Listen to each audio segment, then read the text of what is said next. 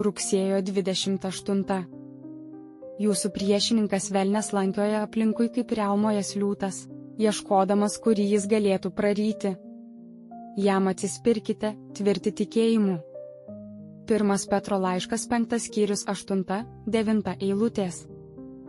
Ši mintis apie šėtono opoziciją mūsų atžvilgių ir apie mūsų kovą, ne tik su kūnu ir krauju, bet ir su kunigaikštystėmis, jėgomis ir piktosiomis dvasiomis, užimančiomis aukštas valdžios vietas, būtų mums siaubinga, jeigu iš kitos pusės nežinotume, jog už savo nutarimo pastovumą, ryžtingą apsisprendimą gauname pagalbą ir draugystę iš kitų nematomų jėgų.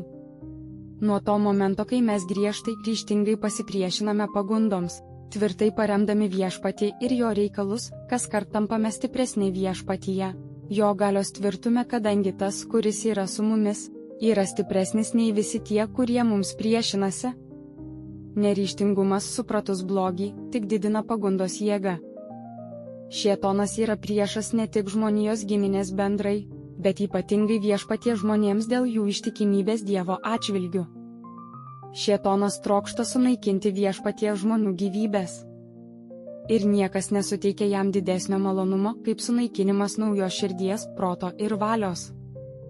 Jis yra tas tikras liūtas, kuris stengiasi mus praryti kaip savo aukas. Savo neveiklumu, pasyvumu nenugalėsime jo. Nepadės net stiprus, laikinas pasipriešinimas. Norėdami jį atstumti, turime pastoviai jam priešintis, naudoti ne kūnišką, bet dvasinį ginklą, tai yra Dievo žodį ir Dievo dvasią. Dvasia, skaudžiai pjaunanti jo gyvybingumą Dievo žodžio, damaskiško plieno ašmenimis, galiausiai atstums jį nuo mūsų. Klausimai: ar šią savaitę atidžiai saugojausi šėtono? Kaip, kokios buvo pasekmės?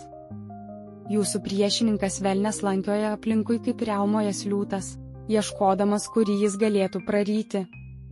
Jam atsispirkite, tvirti tikėjimu.